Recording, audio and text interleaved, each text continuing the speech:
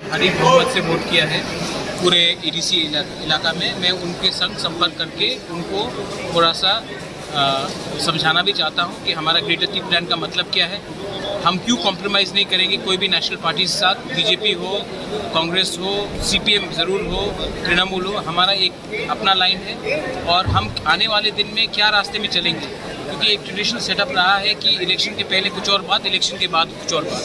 हम लोग का कोई मूड नहीं है कोई पॉलिटिकल पार्टी के संग विदाउट राइटिंग में अलायंस करने के लिए, और हमारा जो ग्रेटर टी प्लान का मूवमेंट है वो आने वाले दिन में और स्ट्रॉन्ग होगा, क्योंकि हम कॉन्स्टिट्यूशनल सोल्यूशन चाहते हैं अपने इंडिजिनस लोगों के लिए। अभी जो आपका जो सरकार एडीसी में है, तो एडीसी के लिए कुछ क्या करेंगे? अभी तो बहुत प्रॉब्लम चल रहा है एडीसी में। क्या प्रॉब्लम चल रही है? जैसे वाटर प्रॉब्लम। एडीसी, आप अपना सवाल, आप जर्नलिस्ट हैं, आपको मालूम होना चाहिए कि वाटर एडीसी के अंदर नहीं आता है, वाटर स्टेट गवर्नमेंट के अंदर आता है।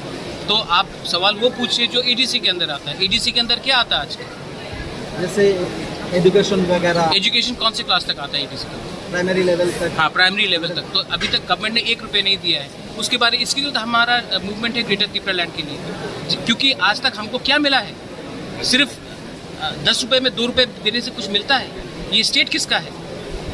परसों 9th को वर्ल्ड इंडिजिनस डे है, इंडिजिनस का कौन बनाएगा? हम लोग ही बनाएंगे ना।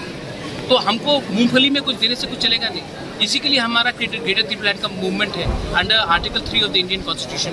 हम चाहते हैं कि हमारा संवैधानिक अधिकार जो 72 ईयर से लिया गया है वो एडीसी जीतने से काफ़ी नहीं होगा, पूरा स्टेट जीतना पड़ेगा हमको, और हमको गवर्नमेंट ऑफ इंडिया को सोल्यूशन देना पड़ेगा हमारा प्रॉब्लम को सोल्यूशन लाने के लिए। 2026 में फिर से डिलिमिटेशन होगा, उसके बाद ना रहेगा तिपरासा, ना रहेगा त्रिपुरी। इसके पहले हमको गवर्नमेंट ऑफ इंडिया से आश्वासन चाहिए कि वो हमारा सुरक्षा करेगा। Thank you.